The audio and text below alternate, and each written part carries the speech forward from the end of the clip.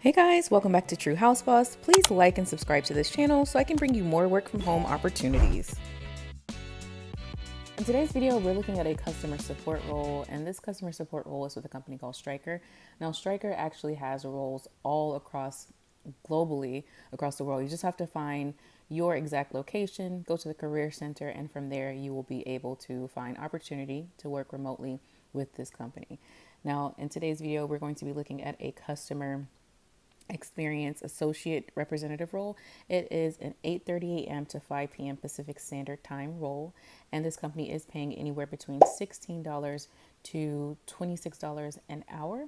And so what we'll do now is go ahead and scroll down and kind of look at some of those details for this specific role. This is a pretty basic role. All you're going to be doing is just helping customers with the products from Stryker. So as you can see, we'll scroll down a little bit, get more detail into this role. So this is your typical customer service representative role. Nothing so special about it. And this just kind of states why customer service at Stryker. So it's giving you a little bit of insight as to why you would be a perfect fit for this company. It just states that if you're interested in making a difference in healthcare by assisting sales rep and building relationships, then this job is for you. And it just states as a member of the customer service team, that's exactly what you'll do. You'll do exactly what it just states. You'll be assisting sales reps and building relationships with customers. As you guys can see, this was posted on February 2nd. I do try to get jobs that are fairly new because I know sometimes a job will be posted, let's say in January, but they're not hiring into maybe 5 months later. So I try to give you something that's relative that you can actually apply for today and go ahead and get the job. As you can see, this job is remote because that's what we do on this channel. It is full time. And it does state remote or hybrid or on site, but that's just because Stryker has they're global and they have locations on site. And so that's just trying to kind of give you some guidance about the flexibility that this company offers. But this is a remote position.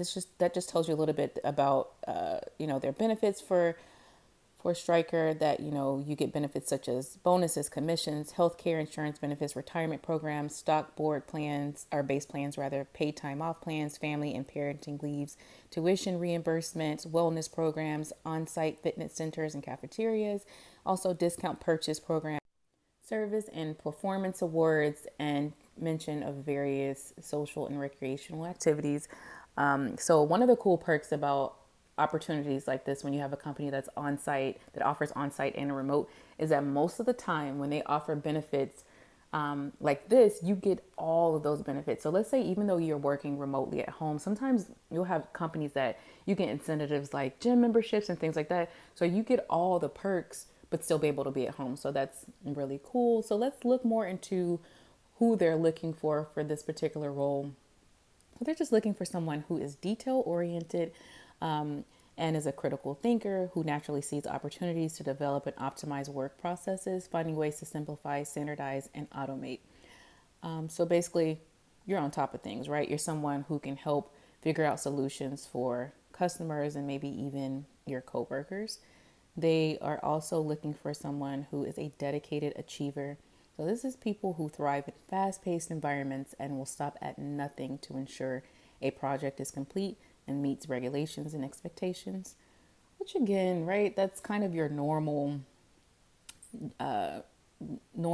request or requirement rather for a job, right? They don't want anyone who's lazy. They want someone who does the job but who's also willing to go above and beyond. That's always helpful for employers.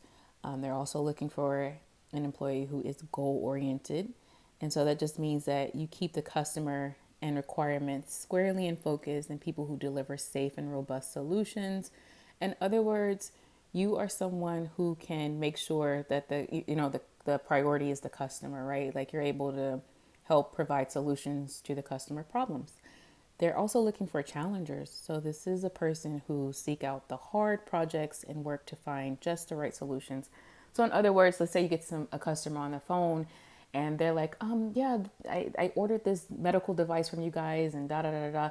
So instead of just kind of doing that basic, just okay, let me place you on hold and get you over to tech, maybe you can find a solution on while you're on the phone with that customer or client. So I think they're just looking for someone who's essentially not lazy.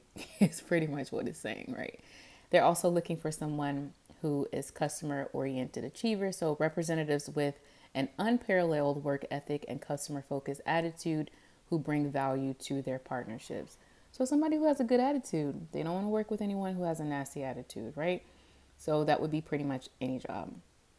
They are also looking for teammates, so partners who listen to ideas, share thoughts, and work together to move the business forward. So they are looking for someone who works well with others. And again, this is a pretty basic requirement. Most jobs require you to work well with others. And I think oftentimes, again, when you're working remotely, you're forced to, right? Because you're not in person with those other coworkers. So you have to maybe message someone in Teams or send an email. Communication is usually top tier when you're working remotely because you have no choice but to speak with others, because unfortunately you're not on site. You are working usually behind a computer screen or a phone. And so this is also stating what you'll actually have to do for the job. So these requirements are pretty basic, guys. I'm telling you, if you've worked in any kind of customer service environment, you can handle this. It's pretty much your standards, like your empathy, working well with others. And we're going to go through this now, but that is pretty much what it is. So it just states what will you do. And it's stating that under minimal supervision, the associate customer experience representative is expected to perform with honesty and integrity. All right, so that just states that if you do your job well, you're working with minimal supervision. So there's no micromanage as long as you're doing what you're supposed to do, right? Which I feel like that's kind of one of those perks of being able to work at home, is you don't have anyone hovering over you. As long as you're meeting the quotas and doing exactly what the company is asking of you, oftentimes you don't have to worry about that. They're also stating that you'll have to answer incoming requests through a multi-channel system, which include but are not limited to order entry, order status, and troubleshooting of products, right? So that just means you'll have to answer incoming requests, whether that's over phone call, chat, email. It doesn't specify because it states that it's a multi-channel system. So that can be any of the above.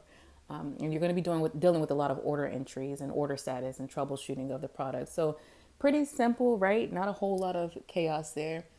You just need to be able to manage that kind of system, which is what I just stated, guys. So don't let that confuse you. It's pretty much answering orders or helping troubleshoot through the phone, email, chat, or some other type of CRM platform. You need to be able to follow standardized process to ensure 100% quality for all orders.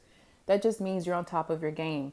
You are making sure everything is accurate, right? You're not putting that someone ordered a toaster when they ordered a coffee maker.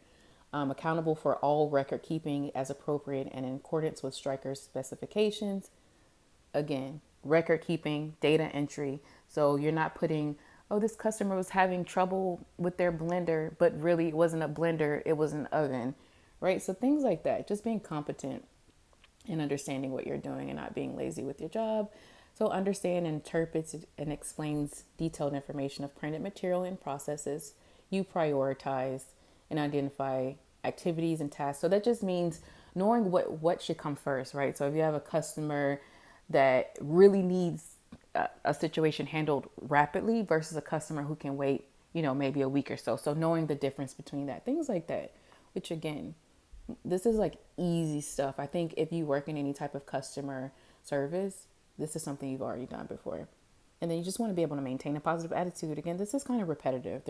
They're looking for someone who's not going to answer the phone or emails like, you should have read the directions. Don't you know that? You got to show some empathy there and professionalism.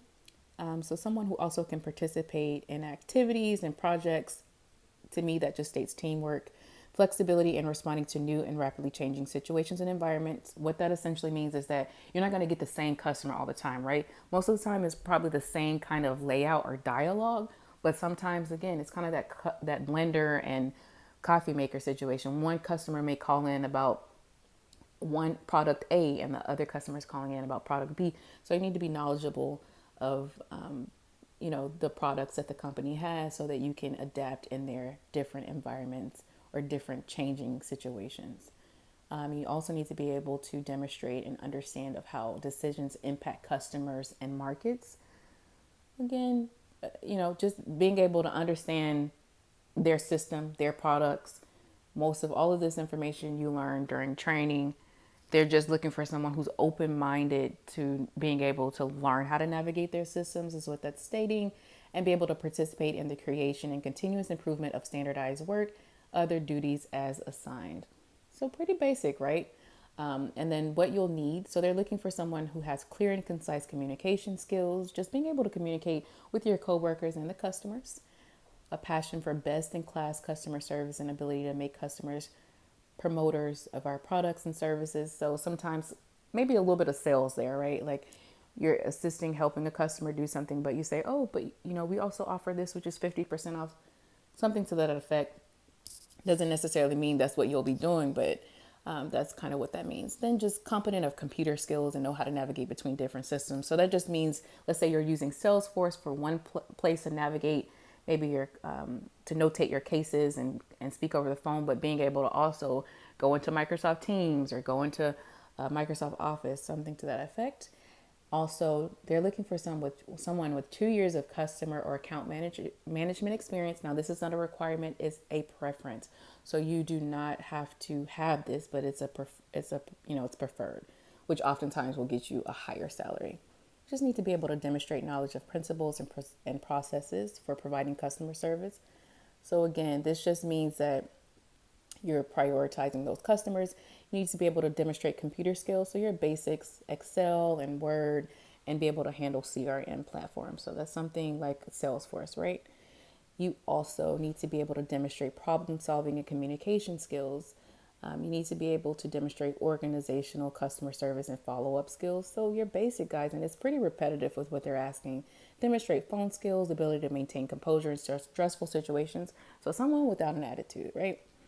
You also need to be able to demonstrate accuracy in data entry. We just went over that. So again, repetitive, just your basics, being able to just handle what they're asking you to do. And it sounds like it's not a whole lot.